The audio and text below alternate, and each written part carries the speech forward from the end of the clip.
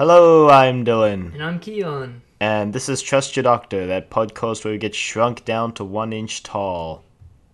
And this week, we watched the first serial of Season 2, Planet of the Giants. Da-na-na-na. Da. Yeah, I thought this was going to be more sci-fi-ish, but it was actually just Earth. You thought they were actually going to another planet, but actually, nope. Nope. It's just Earth. Yep. So, Let's just jump into it like we always do, yes. with a summary. Yeah, so, Barbara, or, what did I say? It picks up right where they left off after the Reign of Terror. Right. Back in Season 1. Yes. The Doctor's wearing his cape still.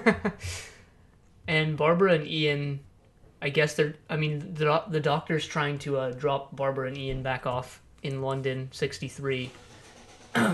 So he actually goes back to Earth this time. According to the wiki page, they actually make it to 1964 even. Oh. Huh. Well, they were close, but no cigar. They got shrunk down. For some reason, the doors of the TARDIS opened while they were in transit, and they were shrunken down to 1 inch tall. But they from made the it back. space pressure, science. Yeah. They made it back though, so yay. But like they don't realize where they are at first. And they're like walking around. They're in this patio walkway thing. Yeah, like basically a crack between the paving stones. Yeah. And there are all these bugs and different creatures they see. They're all like, dead. Whoa. Yes, everything is dead. And they find a big matchbox. And that's when they start to realize that, hey, this is Earth, and we're shrunken down. But they split up, which they seem to do a lot. Yeah, even though it usually ends in bad things happening. Right. So Ian goes into the matchbox to, I guess, investigate it or whatever. Yeah. And it gets picked up by this guy. Gets picked up by Pharaoh. Yes, Pharaoh. And while there's also this other sort of subplot, these two marketer/scientist people who are developing this chemical called DN6. It's Pharaoh and Forrester. Yeah, Forrester. So they're developing this chemical DN6, which is an insecticide, which is why all the everything's dying. Yeah. And basically what it does is it kills off pests, but it also kills off the beneficial bugs and stuff. Yeah, it kills off everything. Yeah. So Forrester is... Pharaoh doesn't want to approve the product because it kills everything, and Forrester wants it to be approved because he's put so much money into it already. Yeah. So Forrester kills Pharaoh. Yeah. The first death of season 2. Yes. It brings the death count to 40, which is a nice round number. Thanks, Pharaoh. So at that point, the Doctor, Susan, and Barbara make it to Pharaoh's dead body. Right. And they reunite with Ian, and they want to stop this plot because it's going to do more harm than good. Well, they don't know about the plot yet. They just... Right, they want to... Because Ian... At the end of the first episode, Ian gets in the suitcase to hide, and then Pharaoh picks it up and takes it inside. So no, well, Ian and Barbara get in the suitcase, and Forrester takes it inside. Not Pharaoh. Pharaoh's dead. But then so remember how in season 1 they were all A names, and this one they're like 2 F names? Maybe that's going to be a running trend. Maybe season 2 is going to be filled with F starting names. We're going to see. Yes. Hopefully not, because Pharaoh and Forrester is already confusing enough. Alright, that was that whole scene with the cat and whatever. Oh, yeah. At the end of episode 1, too. But they were safe. So Smithers is the scientist who shows up. Yes, Smithers. And he tells Forrester not to tell the police that it was a struggle because there's no powder burns on Pharaoh's body. And Smithers kind of just goes along with what Forrester wants because he also has put a lot of time and effort into... Probably because Forrester has a gun. Yeah. Probably. So now Ian and Barbara are inside this laboratory. They're on a table in the lab, basically. Yeah. And they need to get down and stuff. And then the doctor and Susan are like, hey, let's climb up this drain. So they do. And it works. This old man climbing up a drain. So they're in this sink. And meanwhile, we see Ian and Barbara like exploring around the top of the table. And they find this pile of... Wheat Wheat, kernels or whatever. And they like smell it and it's covered in DN6. But they don't know that. They're just like, hey, it's covered in some chemical because they can smell it. But Barbara like picks it up and examines it and stuff. Without Ian knowing. Yeah. Unbeknownst to Ian. And And then Ian says, don't touch it, With us this small, this would probably kill us. Yeah. Then Barbara starts freaking out. And then, just for the entire episode, you're just yelling at Barbara, just tell him what you did. Yeah. I mean, on the one hand, you can understand how Barbara doesn't want to be a burden and stuff by bringing it up at the most inopportune time. But I mean, come on. Just tell them. You're gonna die. Just tell them. And then, there was something that I wanted to mention. Remember the fly that comes down and when it lands on the kernels, it dies, right? So yeah, it dies instantly. Yeah, that's basically what alerts them to the fact that the wheat is deadly. Right. But I really liked that fly because, by today's favorite character fly. No, by today's standards, Tegana is a fly. By today's standards, that prop wouldn't be that good, right? But back in '64, that was a pretty good, well-designed, and just all-around amazing prop. It moved and stuff and looked really detailed. Fly. Ian climbed up something and Barbara just sees the fly and faints. That was kind of a weird scene because it was that 5-second interval where she's just staring at the fly, blank-faced. But fly, best character. We forgot to add it onto our death count. No. We said we'd only count humans when we started. Yeah. Or sentient alien creatures. Yeah. We counted the morphos. Barbara committing genocide. Warlord Barbara. So, the doctor and Susan are in the drain. Well, they're in the sink, or... This drain in the sink. Yeah. And Ian and Barbara are going to climb down, the stopper thing to get to them, but then the Smithers and Forrester come inside. Yes. So they're like, no, aboard, go hide. And the doctor and Susan hide in the drain, and then Smithers decides it's a good time to wash his hands. So the second episode ends with him just filling the sink with water and then taking the plug out. Yes. And then the third episode starts with the doctor and Susan in the drain pipe with water just flowing down. Yeah. Which, clear paper, waving in front of the cameras. How I feel they did that. They spent all their budget on the fly. Right, well, maybe. Maybe. Possibly. So the doctor and Susan survive that somehow, and Yeah. Ian and Bub are like, oh, I guess they're dead. So they decide they're going to climb down to see maybe if they can see him. But then they're not dead. So they hug it out for a bit. Like, yay! And then... They climb out of the drain. Not the sink. And at that point, Forrester calls the... he calls... I guess that was some call sort center. of... Okay, the call center. Call directing place where you don't know someone's number, I guess. Yeah.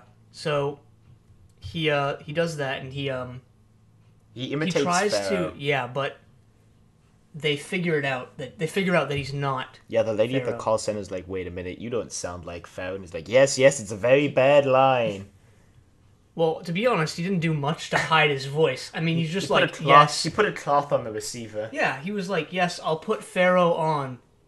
just waits for like 3 seconds, puts a cloth over the receiver, and then doesn't change his voice at all. I mean, he could have done. He does less than the minimum amount needed to like trick someone in that way. I mean, come on, Forrester. Come on. Oh, we skipped the part when they're climbing up the paving stone and they went from most capable of climbing to least capable. Susan's like, I can't make it. And Barbara's like, wait, let me try. And the doctor's like, no, I'm gonna do it. And then he does. That was a funny scene. But no, Forrester is actually taking some serious risks. Because he shoots Pharaoh, like, in broad daylight, like, in his backyard or whatever. And I guess no one just investigates the gunshot that they just heard. Like, the neighbor's just like, oh, gunshot. That's usual. And then he takes, like, 0 precautions in disguising his voice. So anyway, the doctor has his plan to, like, pick up the phone and try call the call center and call the police. But because they're so small, their voices are so high-pitched that people can't hear them. So they put these like corks under the phone receiver and decide they're all going to yell at the same time. The doctor's ingenious plan of yelling in tandem to create a louder noise didn't work. But it doesn't work at all. The plan actually ends up working, but not in the way the doctor expected. Taking the phone off the receiver apparently made it so the phone in the other room that Forrester tried to use later doesn't work. Yeah. And, Barbara at this point is just useless. She's incapacitated. Was it that she was, actually feeling the effects of the chemical, or was she just scared? Because I kind of felt like she was just scared of what was I thought she was feeling the effects of the chemical. Oh, well, yeah, when she fell down, I guess. There was no present danger at that point. Smithers and Forrester were in the other room. I guess. But anyway, the people at the call center, I guess, figure out there's a policeman at the call center, and he's like, you know what, I'm going to go over there and investigate. Well, first Forrester and Smithers come into the lab, and Forrester accuses Smithers of, like, putting the cork under the phone on purpose so Forrester couldn't call the call center. And then he picks up the phone, like, the call center's then like, hello. He's like, yes, I'll put Pharaoh on the line, and then doesn't disguise his voice. And the policeman's like, yeah, that sounds pretty sketchy. I should go over there. And then at that point, the doctor and everyone... has another plan. Another ingenious plan to light something on fire to create a distraction. So they find the matchbox. No, they're trying to burn the house down. They're trying to start a fire. Well, they end up blowing up DN6, which is like, whoa, Smithers, why are you blowing up DN6? Well, they light... If you've ever been in a lab, they have these little, like, taps that you put the pipe in, and then you connect the pipe to your Bunsen burner. Yeah. And Ian and Susan just pick up a match, run along the side of the matchbox. They yell that it's not working, and the doctor says, no, you need to go at a steeper angle. And then okay. Ian's like, well, have you ever tried doing this, doctor? And he's like, no. Okay, so they light the tap on fire. So then there's this great scene where the match, like, they light the match, and they're just holding the match talking while it's burning down. And Ian's like, do you want us to burn to death, doctor? So they run over to the tap thing, and then you just see... presumably it's some guy holding a match and bringing it into the frame, but it's like filming the tap, and you just see the match come on from off screen, light the tap, and then move off screen. Unintentionally funny. And then they all leave, and the doctor is just like, won't be long now. And then runs off. And then Forrester at this point notices the fire just burning towards a can of insecticide. And then he looks at it, and then it blows up. And then it's presumed, I guess, some shrapnel hit him in the eye or something, because he just goes, ah, ah! Yeah, and then Smithers picks up the gun and holds it to Forrester's head. And then the policeman walks in. That's the end of that. And then it just cuts back to the TARDIS. And they... First the Doctor picks up, like, a kernel of the wheat and carries it, and Ian's like, what are you doing with that, Doctor? And he says, I have some purposes for it. Which makes it sound like he's going to mass-produce some biological weapon or something. But he's just bringing it with so that when the TARDIS gets bigger, they can see that the TARDIS is getting bigger, because the kernel of wheat didn't get bigger. It got... Yeah. got smaller. And as the TARDIS gets bigger, the poison in Barbara's bloodstream obviously dissipates because they're getting bigger. So it ends off with the Doctor looking at the monitor. The screen and going, oh, I should have fixed that. Maybe now we'll know where we are.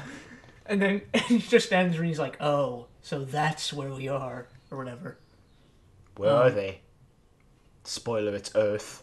And Daleks are invading it. Because the next serial is called The Dalek Invasion of Earth. But yeah, that was probably the most unintentionally funny scene in the entire show so far. Which one? The match lighting the thing, or the Doctor going, not long now? Well, both of those, I mean, that's kind of one or the Doctor scene. going, oh, I should have fixed that. Or, oh, that's where we are. And Smithers pulling the gun on Forrester. Can you imagine what it would have been like to explain that to the police officer? No, this isn't what it looks like. I'm not trying to kill him. He tried killing me first. Yeah, it's actually going to look like Smithers killed Pharaoh now. Good going, Smithers. Good plan. Forrester can just lie his way out of it. He probably does. To create fan fiction about Smithers and Forrester. And their attempts to control the world with DN6. So yeah, this was a pretty short serial. It was only 3 episodes. It was a good way to start off the second season, in my opinion. It wasn't the best serial, but it was good. I liked it. And had the best line from the Doctor so far, and the best line in the show. Won't be long now. Or I said that backwards, but, you know. So originally the serial was supposed to be 4 episodes, but they decided it would work better as 3, so they spliced 3 and 4 together to make 3. Which is something we've been saying for a lot of episodes for season 1. And I think they probably did the right thing. I don't see how they could have extended it. If it was extended, it would have been really slow moving. Unless they were going to introduce other plot points, which... I don't think so. I feel like this was a good serial to just be a type of short and sweet deal, you know. Better than Edge of Destruction. Yeah, mainly because it made sense, but whatever. No, but I actually liked how they went for the whole "we're shrunk" thing, but then they put another twist on it by having the chemical side story on like a sort of. You know, subplot. Yeah, side plot. I like that because if it was just the Doctor and Ian, Barbara, and Susan just shrunk and trying to fix their problems as small just little 3 episodes of the Doctor fiddling with the TARDIS trying to get them to regular size. I'll figure it out eventually, guys. Edge of Destruction, but with them shrunk, trying to get bigger. But I liked this serial, and I liked the props for the different animals, mainly the fly. The ant was good too, but it was unmoving, mainly because it was dead. The cat. The cat was a real cat, though. And there was some, I guess, green screen going on in this episode, because when they walk in front of Pharaoh's dead body. Yeah. 1960s green screen. Yes. I imagine they just printed out a giant picture of Pharaoh's body and hung it in the studio and had the Doctor and Ian, Barbara, Susan walk in front of it. Maybe. So yes. Special effects. We already mentioned that stunning match coming on the screen. And the actually stunning fly. Best character so far. No. Better than Tegana? Yeah. Yeah, Fly is probably my favorite character so far, including the Doctor and everyone else. Including the main characters. That Fly was the best. And it died. No. No. Okay. So I felt like in this serial, everyone actually did something. There wasn't. I did yell at Barbara for not just telling Ian and the doctor that she had touched DN6. What did Barbara do, though? I mean, She did help. she I mean, helped. she helped the doctor find Okay. out Snake, which was actually a worm. I guess. I mean, And she traveled like with the doctor to find Ian. true. I mean, usually I'm the first one to say, hey, Barbara actually did stuff, but in this serial, I felt she kind of didn't. I mean, she did the most minimal things out of all of them. Well, I didn't feel like there was anyone who did nothing. Everybody did something. That's true, I guess. The first serial where everyone contributed. Well, Susan suggested they climb the drain. I don't know. I think they all contributed in the Sensorites. Okay, sort of. Okay. But, I don't know. I still felt like Barbara did less than everyone else. Because she's Barbara. She's going to be doing Because more when she's Barbara. Susan leaves. That's true. Susan's leaving in the next serial. Spoiler. Spoiler alert. We should have said spoiler before saying Susan is Okay. We didn't plan that out very well, did we? But Barbara and Ian are staying. I guess For that's also a while, kind of a I spoiler. guess. They don't all leave at the same time. I wouldn't expect them all to leave at the same time. That's true. I'd expect Barbara and Ian to leave at the same time, which they Yeah, do. which they probably will. That would be really weird. Bye, Barbara. Kick Ian off the TARDIS. Bye, Ian. But yeah, Barbara and Ian are in the show for almost 100 episodes. So Yeah. like almost an eighth of the entire series. If you think about it, which is a pretty long time. Yes. They'll probably get... I don't know. I don't know if they get written out at the end of this season or before the end, but I guess we'll see. It'll be a surprise. Yes, it will be. Even though I already spoiled what serial they're getting kicked out in. I didn't see. Okay, well then I won't tell you Oh, or okay. anyone else who's listening, just to keep it a surprise and not spoil it like we just did for Susan's departure.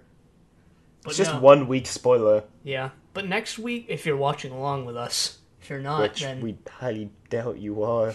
There's only 8 of you right now. But yeah, next week we'll be Talking about that. Susan's departure and the doctor's speech, which I'm kind of looking forward to. Me too. It'll probably replace "Won't be long now" as my favorite line from the Doctor, or my favorite monologue, or whatever. So, in this serial, we saw more of the Doctor with a twinkle side than we did in season 1. That is true. And The Doctor apologized to Barbara after being kind of mean to her at the beginning. yeah, and at this point, Verity Lambert is still producer, so yeah, we'll see. I guess we'll see how things change when she leaves. When does she leave? I don't know. Should we look that up right now? Verity Lambert, producer. Oh, well, she looks nothing like what she looked like in the documentary. Mission to the Unknown is her final serial. I'm pretty sure that's in season 3. Are you sure? Let's check. Scroll to the bottom of the page. Yeah, it's it the is. second serial of season 3. So, yeah, maybe it's... I mean, we'll see when Verity Lambert leaves, but maybe it was for the best that they replaced that the Doctor regenerates because, different character and all, the different producer, so they would... Different companions. Yeah. Different everything. Yeah, different premise for the show. No. Different... completely changed the show. Yeah, when we were looking up longest running companions to the Doctor, it was like, first and foremost is the TARDIS, which has been with the Doctor since the very first episode. The TARDIS is sentient. It is, but I still don't count it as a companion, because... Are you going to count it as a companion in that one episode for the 11th Doctor where the soul of the TARDIS gets put in a human body? No. No, I'm not going to. Because the Doctor's regular companions in that episode get captured by the actual TARDIS. The soul, a soul of the planet gets put into the TARDIS. Whoa. This is some Edge of Destruction level mumbo jumbo. It's called the Doctor's Wife. It's with the 11th Doctor. You'll see when we get there. All right. The Doctor's soul gets put in a human body. You mean the TARDISes? Yeah, the TARDIS. And then the Doctor builds a TARDIS out of TARDIS junkyard parts. TARDIS junkyard? There's a TARDIS junkyard? Yeah, because that planet had been killing off Time Lords. What? It's a sentient planet. What? You'll see when we get there. The Doctor should have a sentient planet as his companion. And just have it be bigger than everything else. The TARDIS is infinite. It could work. Could work. How would the planet get out of the TARDIS now that it's stuck in police box form and the door is not that big? It would just be... They just have all their adventures on one of their companions. No, that actually sounds like a terrible idea. It's the worst idea you've ever had. You know what would make it better? If the planet is the reincarnation of Tegana. Tegana should be a Time Lord that just regenerates and comes back. No, it should be the villain is the entire planet, and it's actually Tegana. And it's Earth. Tegana controls Earth by becoming Earth. No. How about no? But first he was reincarnated into that fly, which then died. Yes, the fly is now the reincarnation of Tegana. No. 1,000 years later, basically. Isn't there a planet that's a Green Lantern? I don't know. The Green Lantern universe is really convoluted. Pretty sure there's a planet that's a Green Lantern. Well, I didn't know that, but that makes pretty me sure want his to is get into Green Lantern even less. His name is his Mogo. Pretty sure his name's Mogo. It is Mogo. It's Mogo. The living planet, a member of the Green Lantern Corps. Hey, it was created by Alan Moore / Dave Gibbons from Watchmen. Haven't read Watchmen yet. You should read Watchmen. It's good. I lent him Watchmen and he hasn't read it. You haven't finished Sherlock Holmes yet. Yeah, but I've at least started it. Yes. Oh, so also apparently they wanted the people wanted to put Dalek Invasion of Earth before Planet of the Giants, but since Susan gets written out, they're like, nope. Yeah, that won't make sense. They could have done it. Just been like, hey, just Susan's back. Susan's back. Susan's leaving. I mean, obviously we haven't watched the next serial yet, but I mean, if Susan's departure doesn't have anything to do with the events of most of the serial, they could have put it in this one and switched the places of the two serials. If it's just like an elaboration on the Susan wants to settle down somewhere subplot that was brought up before that just happens to be stuck onto the end of the serial, they could have done it in this one, if you know what I mean. Right, maybe. But we'll see if that's actually how she gets written off, or if it actually has something to do with the events of the next 6 episodes. They could do the really confusing thing by putting the second serial set before the first serial. Let's air it second. It's a really bad idea. In a show that already has time/space travel, and make it even more confusing. I mean, not that it's confusing to begin with. I mean, I'm actually glad that they do that, because it's a show about... confusing. It's going to get confusing in the River's song. The character who meets the Doctor in the wrong order. Well... Her final meeting with the Doctor is the Doctor's first time he meets her. Well, that is and it's with confusing. The wrong Doctor. Well, that is... She travels with the 11th Doctor, but she meets the 10th Doctor in her final encounter. Yeah, that's going to get confusing. It's confusing. I'm surprised so far that with a show based on time travel that there hasn't really been much confusion except for Edge of Destruction. But I mean, don't you find that a little surprising? Because, like, the entire show's premise is that they're time traveling. Yeah, well, we mentioned this before. They never really use time travel in the episodes as a plot device. They always just find a way to incapacitate the TARDIS and then just... That's true. They do some adventure on something and then they get back in the TARDIS and go away. Yeah, I mean, so far, that whole time travel aspect has just been a plot device for them to go to other planets / other periods in Earth's history. Which I kind of like. Because I don't like the confusion that's going to happen soon-ish, maybe. And by soon, you mean 4 years from now. Yes. Maybe 2 years. Maybe 3. I think it'll only take like 2.5 years to catch up to around where they are now. But by that time, there'll be way more to watch, so... Yeah. I mean, we haven't calculated it at all. There'll be a point where we won't have any more episodes to watch, I think. Yeah, I mean, if we continue, there will be. So, like, it's just inevitable. We could calculate that, but... Let's not. We still haven't figured out how we're going to watch the reboot. If That's we're going to true. do 1 episode a week or 4. Which is a perfect segue into, you should email us at thedoctor@decorativevegetable.com. Comments, questions, concerns? How should we watch episodes when we get to the reboot? How should we watch episodes now? No one emailed us this week. Should we just watch 1 episode a week and do really boring 10-minute podcast episodes where we summarize it and tell you nothing? Should we just watch 5 minutes a week? Should we watch an entire season a week? Yes. Yes, we should watch an entire season this week. No. Okay. The podcast episode will be like a 3-hour long thing. We're summarizing the entire season, and then we'll have so much to discuss. We'll just be sitting here for 3 hours talking. But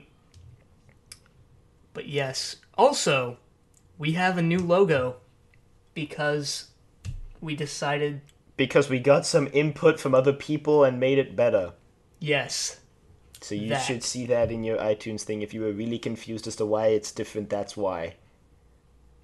It's still the same podcast. Still the same 2 regular guys. It's honestly still almost the same logo, but better. Was there anything else we wanted to mention? I feel like there was, but I don't remember it. Same. Well. Oh well. Okay. The end.